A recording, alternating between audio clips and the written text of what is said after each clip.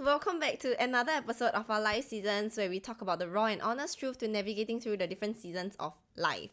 I'm your host Wen. If you've been loving the podcast episodes, do leave a review of this podcast on whichever platform that you're on and let me know which topics are your favorite. Now, today, let's get into this episode. I was just reflecting on my life, I think a couple of days back when I wrote down the lessons that I've learned over the years.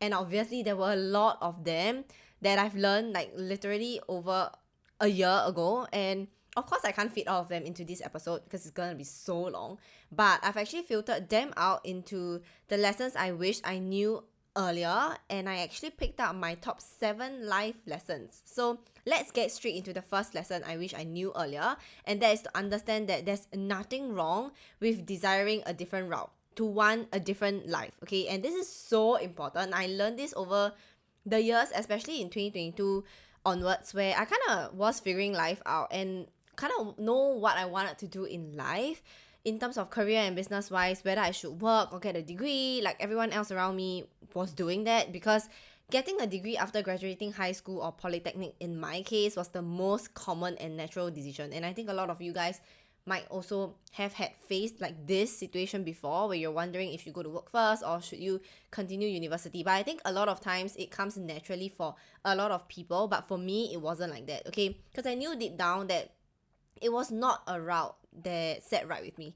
Going to get a degree wasn't something that I really wanted to do, just because of the interest that I had or the passion that I had, which was in design, right? Back then, even until now, I felt like I preferred working experience more than a piece of paper. And I do not need to spend like kind of another 4 years getting a degree and then figuring out what I wanted to do, because I was so certain with what I like and what I dislike at the very early stages of, me figuring out, or at the early stages of my career path, right? And I was very lucky to be able to do that. I was very certain about the industry that I wanted to be in, which was in the creative industry. And that was what I did. I went with that decision and never looked back. It was the best decision I ever made, because I was so certain of what I bring to the table and am confident in saying that no matter how bad the job market was, I was always able to find a job that fits my criteria. Yes, I know it's a very bold statement to put out there, but I always believe in this concept of going to an interview with the mentality of why should I choose your company over others? As much as you're applying for a role, your preference should always be considered too, okay? Never give anyone, or even in this case a company, to dictate whether you fit a role, because it can be vice versa.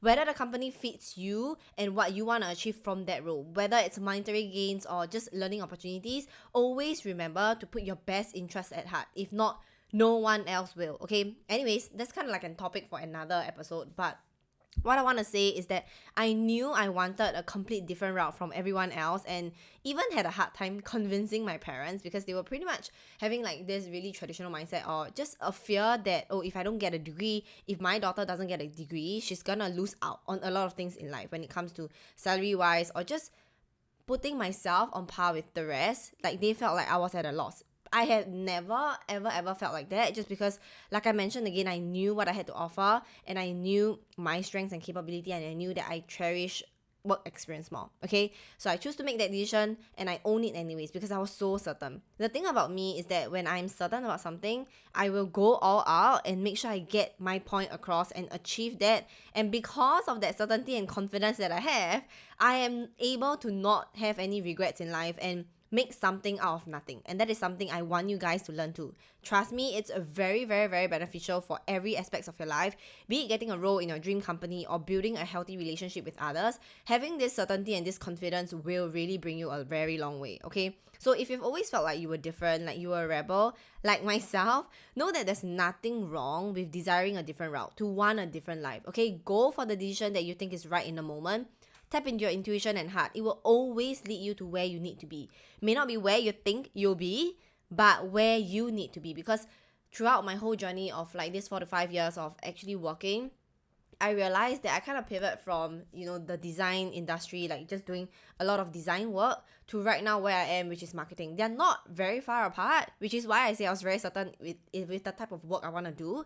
But I also allow myself to have that space to kind of explore, and I kind of dabbled into marketing, and I've always love marketing, social media marketing to be specific, okay? So even at the end of the day, you detour or you take a different route, change your mind, know that, you're able to own that decision of yours, knowing it was the best decision that you can make with what you have in that moment, and you will do it all over again, okay? It is your life at the end of the day, so you have to take control of it and steer it in a direction that you will not regret, but be so happy and so proud of yourself for giving your best shot. Okay, now next on the list is to understand that everyone is trying their best to live life with what they have. So please be kind and please be as understanding as you can, even though I know sometimes it can get really tough, especially when it's someone whom you're really close to, like a family member or a close friend, because those people, or rather the people that are closest to you, have the ability to trigger you the most. Okay, as crazy as it sounds, I realize as I go through life, I know that the people around me, because I care so much about them,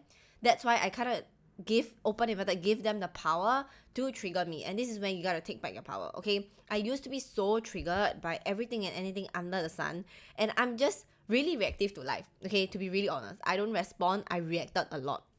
So the smallest things can trigger me and ruin my day, and it was until I realized that if I were to choose to see everyone and everything from a different lens, a lens of love, and know that it's okay, that person is triggering me, is probably trying their best as well to make the best decision that they can make with what they have, just like myself, and that itself is very commendable and so relatable, right? Thinking that way really allowed me to calm myself down and take a moment to pause and breathe before I react based off of my emotions in that moment, which may not be the best type of emotions, okay? These few seconds of pause and breather really makes a huge difference in your life in the long run. So you no longer get triggered easily. You learn the power of putting yourself in people's shoes and be understanding and train yourself to think of like the possibilities of why people react a certain way or why they act a certain way, to try to understand where they are coming from, okay?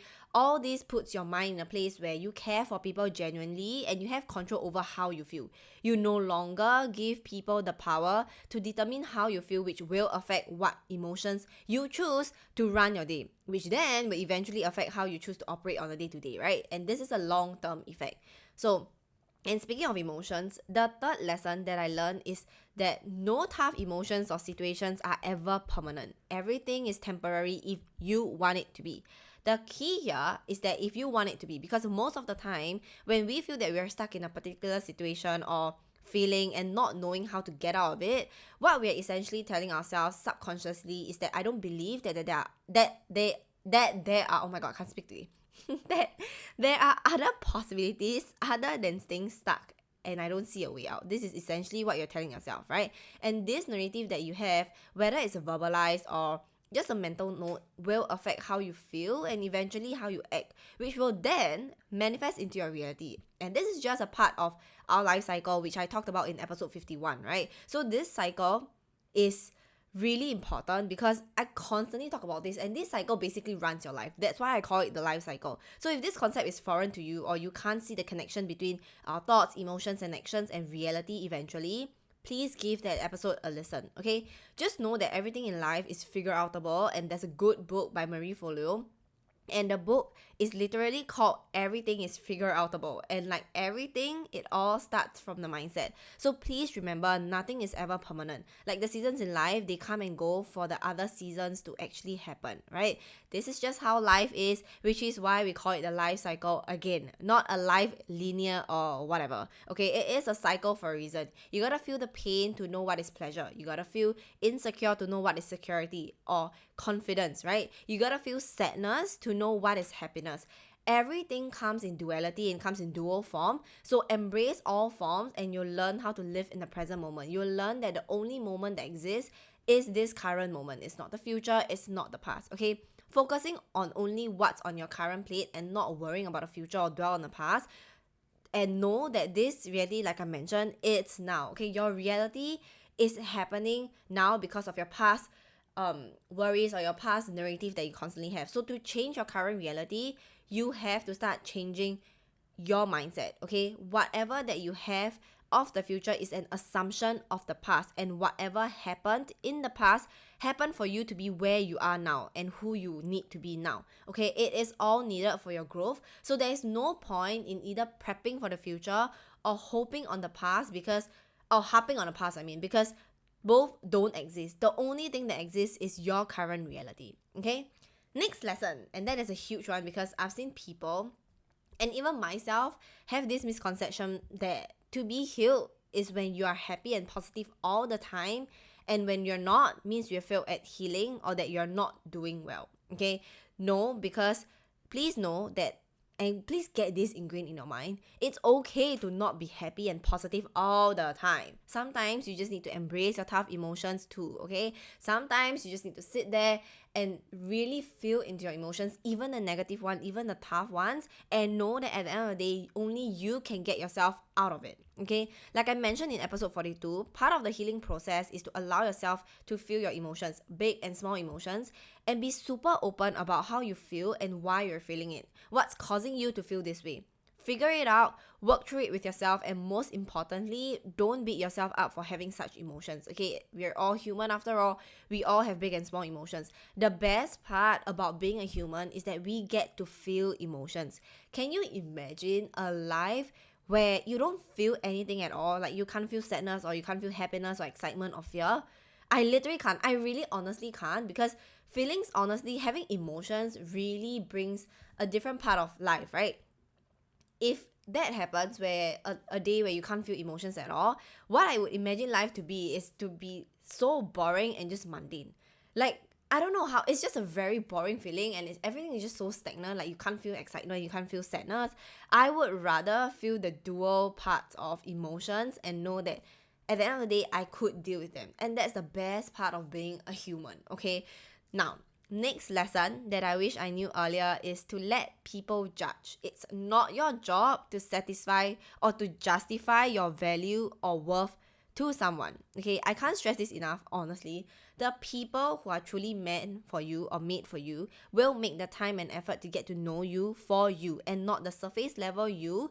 And it all goes back to self-worth, knowing who you are and what you bring to the table. As mentioned in episode 32 of Knowing You is a Privilege, means that, you don't have to prove anything to anyone. There's nothing to prove, and you won't feel a need to prove, because you are so secure within your body and know that regardless of whatever people say, or regardless of what, people will still judge, right? Good or bad, people will still judge. And for the people that do judge, no matter what you say or what you do, they will always have something to say. And like I mentioned before, our minds will find evidence or even make up one to convince ourselves and to prove a point that we're so adamant about. So if someone has a narrative about you as a person, or what they've heard about you, just know that they'll be able to always find a way to justify why they have that judgment against you. There's nothing that you can do that will change that. So the best way is to understand this concept and just ignore. Just know that people will judge. Let them be.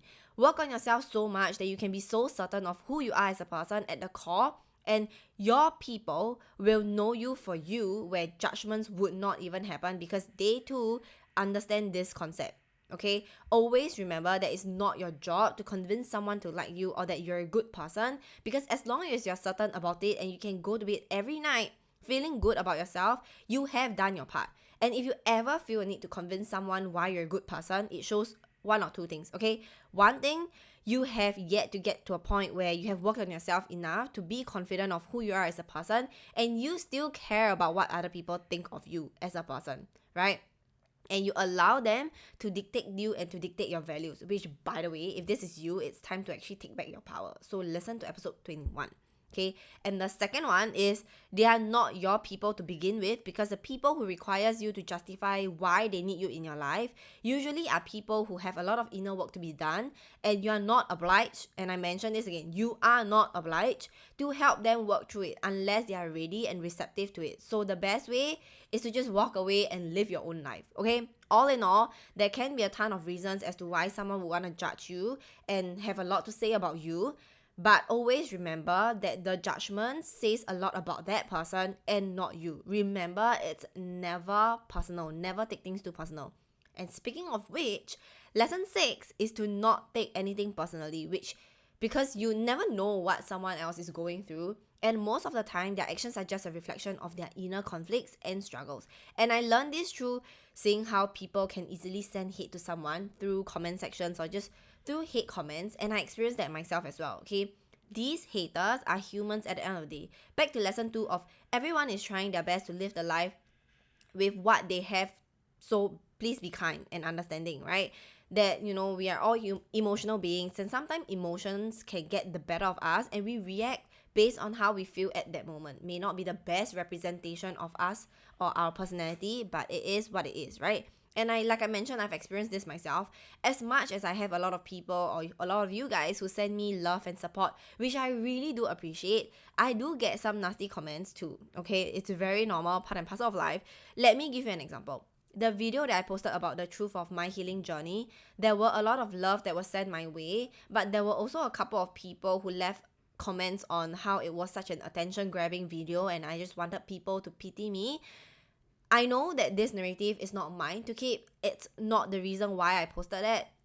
It was so clear to me that it was a trigger for them. Even when the captions explain why I posted that video, it is what it is, right? They were triggered by that video, and instead of getting all upset and mad about the comments, or even worse, attacking them back, all I did was send love to them, even mentally, right? Solely because I understood where the anger or judgments came from, and that was me triggering a part of them that is showing emotions means you're weak or means that you want attention, right? This mindset can come from a lot of past experiences that they might have even as a kid. Maybe they were once told that, if you were to show any signs of vulnerability like crying, people will come at you, people will eat you up and have leverage over you. So maybe it was even like the past relationships that taught them that by expressing their emotions, they are deemed as weak. There can be a lot of reasons as to why they feel a certain way or why they judge or why they're triggered by that video. But what I'm getting at is that people who have so much hate towards someone or life are usually the ones that are hurting the most internally and mentally, because they don't have or they don't know how to work through these emotions, and they don't have a safe space for them to be vulnerable, and so they bottle it up, and long enough these emotions becomes a trigger and it turns into anger towards others. Okay, when you think of it this way, it's actually quite sad. I don't have the heart to call them out or to send hate back to them, because they are humans after all, humans that are just hurting, and that's how I like to see it. So I don't take anything personally. Nothing is ever too personal, okay? It's always a hidden meaning and reasoning to why people react a certain way or why people behave in a certain way. The more nasty they are, the more hurt they are feeling internally, okay? So even concepts like this might even trigger some people, but it doesn't matter to me. Maybe as time passes and they think of what I just said, it all makes sense, and that could be where the change happens, and that is what I'm banking on, especially with our live seasons.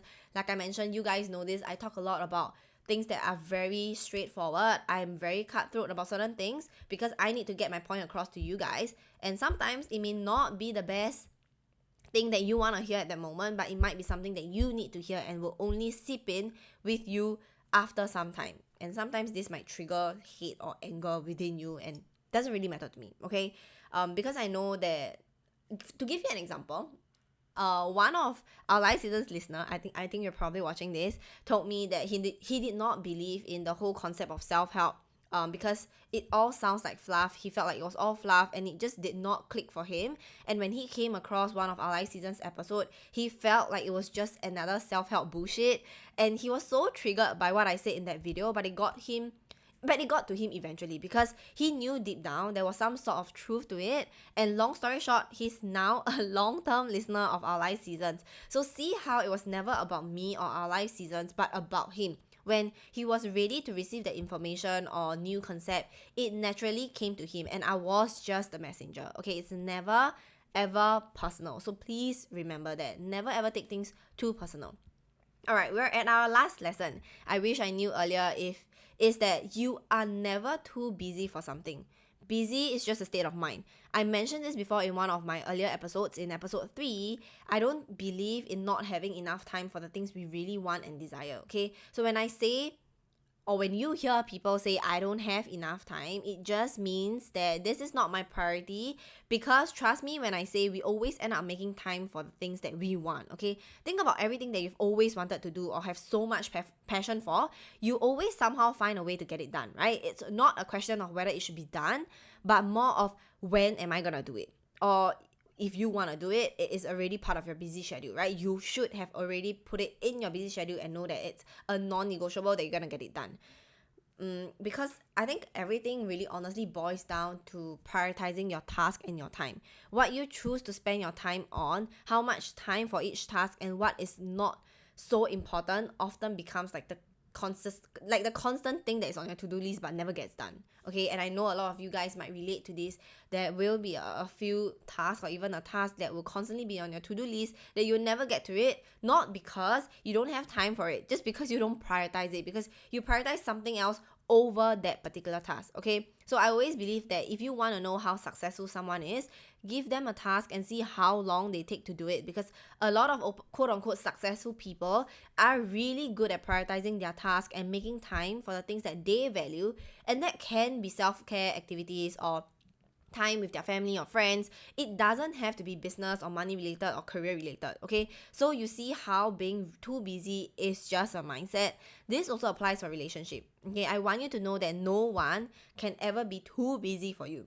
If someone says that to you, just know that it's a way of saying that you're just not my priority at this point in time. And that is okay.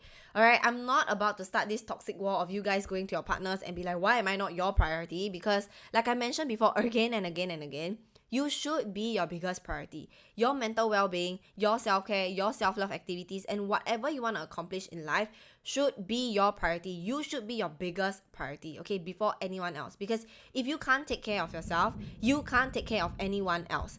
Prioritize yourself, because then you will feel complete and have more capacity to think of someone else and provide value to others. Okay, I talked about this in episode 49. So if this is not registering for you yet, please revisit that. All right. As promised, before I end, I want you to think about what are the lessons that you have learned over the years that you wish you knew earlier. This is a time for you to reflect on your life and remind yourself of these lessons and why they are important, and do a sense check on whether you're applying these lessons in your current day-to-day life, and what are some lessons that you're working on and learning to work on and but you're not quite there yet, and what can you do to get yourself there. Please share with me. Take some time for yourself to think through all this, and please share all of your life lessons or any life lessons that you found really helpful in the comment section below, so that you can actually help to impact people's life, or we can actually learn and use this space to learn from each other and inspire others to grow and glow as well. Okay, so that's all for today's episode. As usual, if you have any burning questions or topics that you want me to cover, please drop me a DM on Instagram at our live seasons, or comment on whichever platform that you're listening to this so I can get back to you. I'll see you in the next one. Bye!